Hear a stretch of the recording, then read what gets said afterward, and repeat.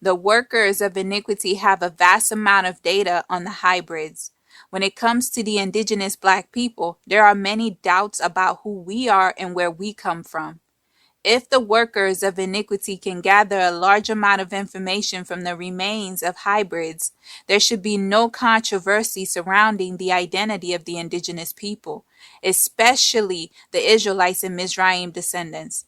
How many indigenous black mummies are the workers of iniquity going to dig up to convince them that Mizraim, Egypt, is black?